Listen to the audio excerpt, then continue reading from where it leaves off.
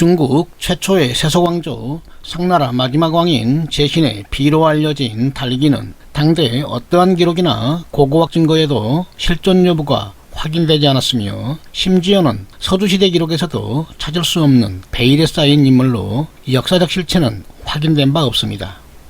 그러나 춘추와 전국이라는 열국의 시대를 거치면서 제후들의 밀부터 새로운 정치 권력으로 부상하려는 유세가나 문장가들에 의해 서서히 욕을 먹기 시작하더니 결정적으로 사마천이 기록한 역사서 사기 음봉기에 상나라 마지막 왕 주와 함께 나라를 망친 여자로 기록되면서 수천 년 동안 악명을 떨치게 됩니다. 사마천은 상나라가 망국에 이르게 된 이유를 기술함에 있어 아주 묘한 필법을 구사하였는데, 상나라 왕 주는 달기를 총애하여 그녀의 말이라면 무엇이든 따랐다 라고 시작한 뒤 그 뒤를 이어 통치자가 해서는 안 될 악랄한 행위 수십 개를 나열한 후 결국 이러한 이유 때문에 나라가 망했다라고 기록합니다. 사기에 기록된 상나라 왕의 통치 행위에는 우리가 잘 알고 있는 포락지형이나 주지육림뿐만 아니라 미치광이가 아니면 행하지 못할 패륜적 군신관계를 담고 있는데, 문제는 잘못된 통치 행위가 왕이 원해서인지 아니면 달기가 원해서 저지른 것인지 애매하게 표현했다는 점입니다.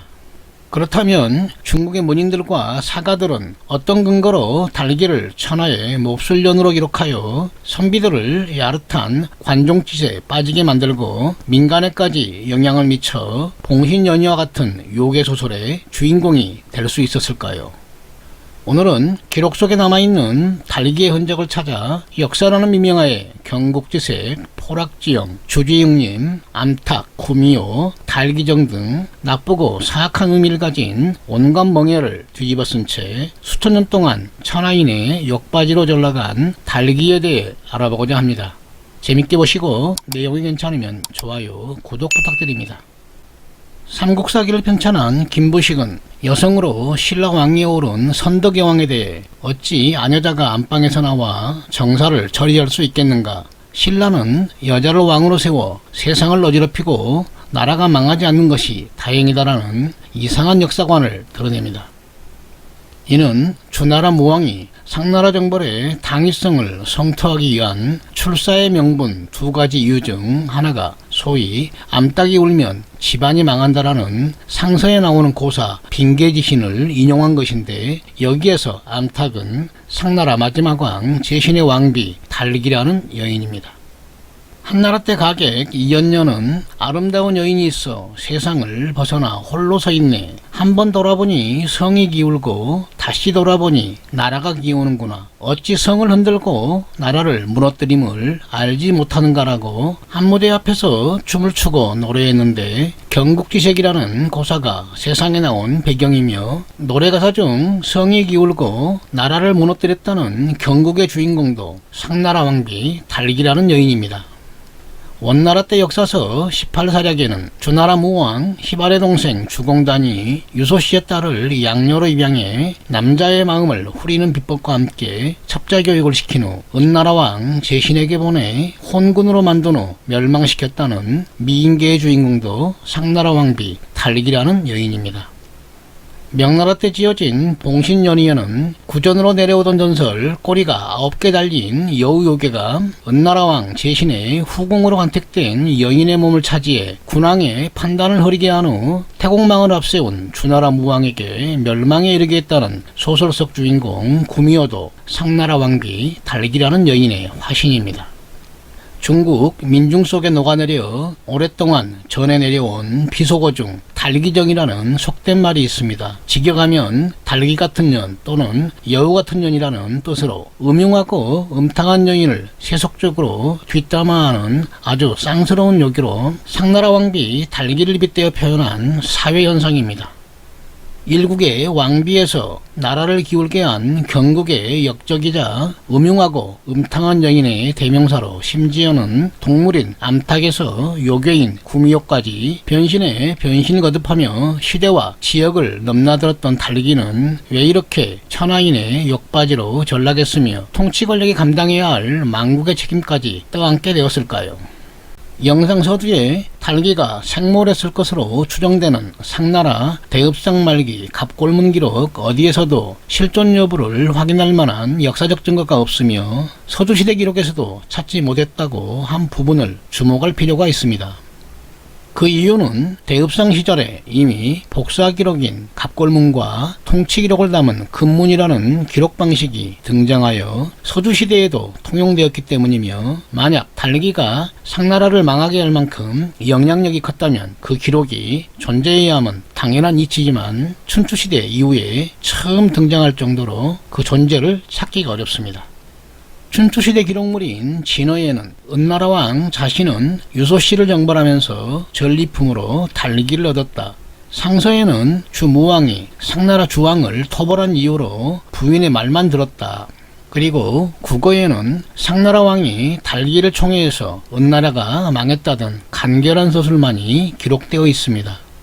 그러나 전국시대와 진안시대를 거치면서 주제용림이나 포락지형 등 우리가 잘 알고 있는 고사들이 뛰어난 글재주를 자랑하게 좋아하는 선비들에 의해 기록으로 남겨지기 시작하는데, 상나라왕 주가 행한 음란하고 잔혹한 통치행위를 풍부한 상상력으로 살을 덧붙여 달기와 연관짓기 시작합니다. 예를 들면 한비자는 상나라왕 주는 상하젓가락, 서각옥으로 만든 찬, 옷그릇에 담긴 진귀한 고기, 비단옷에 고대광실 등 사치를 즐겼는데 몇 년 후 육장과 육포를 만들고 포락을 즐기며 조구에 올라 녹대를 만들고 육림과 주지에 임하였다. 그리고 멸망했다라고 기록했는데, 기록 속에 나타난 몇몇 단어를 주목해 볼 필요가 있습니다. 상나라 왕이 달기를 총애해서 주색에 빠졌다. 여인네가 정치를 하니 상과 벌이 제대로 이루어지지 않아 나라가 어지러워졌다라는 전국시대 말기 여시춘추의 기록을 볼 때 이미 왕의 통치 행위에 달기가 관련되어 요사스럽고 악랄한 이미지가 구체적으로 표현된 것을 알 수 있습니다. 또 다른 기록에서는 상나라 왕 주는 충신 비간이 간언을 듣지 않자 죽였다라는 상서의 간단한 기록에 상상력을 덧붙여 초나라 구로는 비간을 물에 빠뜨려 익사시켰다. 여시춘추에는 심장을 도려내어 죽였다. 그리고 사마천은 심장을 도려낸 이유가 구멍이 7개 있는지를 알고 싶은 달기의 호기심 때문이었다라고 기록하며 역사 속의 논쟁에 불을 붙이게 됩니다. 달기의 악녀 이미지를 대표하는 단어인 포락형 또한 한비자의 기록에 처음 등장하는 형벌제도로 사마천에 의해 다시 언급되지만, 실제로는 청동 인도를 불에 달고 포로를 지졌다는 갑골문 기록이 존재하는 것으로 볼 때 달기가 포락형을 만들었다는 후대의 기록은 와전된 것이며, 포락의 형을 즐기는 것도 지겨워 깊은 구덩이에 수많은 독사와 정갈을 집어넣은 후 죄수들을 빨가박혀 밀어넣고 녹대에 이어서 즐겼다는 돈분이라는 형벌 또한 달기가 고안했다고 기록하는데, 그 출처를 찾을 수가 없어 후대에 가첨된 것으로 보입니다. 사마천은 한비자의 기록을 인용해 삼공 중 구후의 딸이 음탕함을 싫어하자 상나라 왕 주는 화가 나서 딸과 구후를 죽여 육젓을 만들고, 또 다른 삼공인 낙후가 이에 대해 도리를 따지자 함께 육포를 떴다고 기록했는데, 후대의 사가들은 달기가 부추겨서 발생한 일로 부풀려 음탕하고 악랄한 이미지를 더 씌우게 됩니다.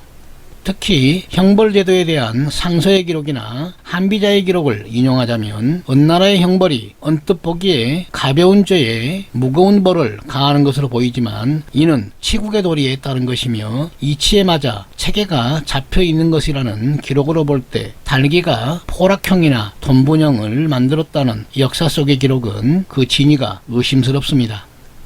달기가 음란하고 음탕했다는 주제용림 고사 또한 서주시대와 춘추시대문에는 등장하지 않다가 한비자의 기록에 처음 등장한 단어인데, 이를 인용한 사마천은 원본기에 술로 못을 만들고 고기를 매달아 숲을 만든 다음 남녀가 빨가벗고 밤낮없이 술을 마셨다는 내용을 덧붙이는데, 이는 연중 한 계절을 택하여 왕실이 특정 장소를 지정한 후 미혼 남녀를 뛰놀게 하여 짝을 지어줬다는 주나라의 법서 주례에 나오는 활락곡을 사마천이 주지육림 고사와 주나라 짝짓기 풍습을 결합하여 아주 그럴싸한 내용으로 포장했다고 보여집니다. 전한시대에 유양이 조설한 연려전 원조 달기편에는 달기의 청을 받아들인 상나라 주왕은 연회에 참석한 천여 명의 사람들을 발가벗겨 춤을 추게 한 후 마음에 드는 사람을 찾아 술래잡기를 가정한 짝짓기 파티를 120일 동안 지속했다는 장야지음의 고사가 나오는데 그 출처 또한 주지육림의 확장판임을 알 수 있습니다. 상나라 왕 주와 달기가 환락의 장소로 삼았다는 녹대에 대한 유양의 기록을 보면 주왕은 달기의 환심을 사기 위해 수단과 방법을 가리지 않고 백성들을 가혹하게 착취하여 경비를 조달하고 7년 동안 길이 약 1200m, 높이 3000m 규모의 대궁전 100여 개, 소궁전 72개에 이르는 호화로운 궁궐을 만들었다고 기록했는데 당시 벽돌과 기와 제작 기술이 없던 상나라에서 가능한 건축술인지 의문입니다. 달기의 죽음에 대해서도 사마천은 상나라 왕이 녹대에서 분신자살한 후 달기는 포로가 되어 주무왕에 의해 살해되었다고 기록하지만 또 다른 사서에는 주나라 군대가 조가에 진입한 후 주공단이 달기를 취하여 시녀로 삼았다고 기록할 정도로 일관성이 없다 보니 역사적 진실은 알 수가 없습니다.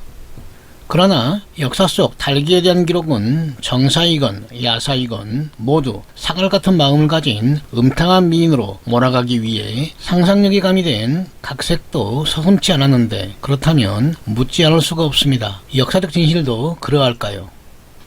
상나라는 국가의 대사를 모두 귀갑이나 뼈갑에 점을 치는 복사행위를 통해 결정하고 기록을 남겼는데 갑골문에서 달기의 기록이 존재하지 않았다는 점은 국가의 통치행위에 관여하여 나라를 망치게 했다는 후대의 기록을 납득하기 어렵게 하는 부분입니다. 그렇다면 달기에 대한 역사 속의 기록을 우리는 어떻게 이해해야 할까요? 현대학자들은 상나라를 멸망시키고 새로 등장한 주나라의 사관들이 역성혁명의 명분을 정당화하기 위해 많은 부분을 왜곡했을 것으로 보는 것이 타당할 것으로 주장합니다. 결국 달기에 대한 기록들은 후대 사관들에 의해 조작되거나 왜곡되어 역사적으로 희생된 인물일 가능성이 크지만 현재는 물론 미래에도 여전히 악녀와 요녀 이미지를 탈피하기는 어려울 것으로 보이며 만약 역사의 진실을 가리는 법정이 있다면 달기는 억울하다라고 외쳐보길 기대합니다.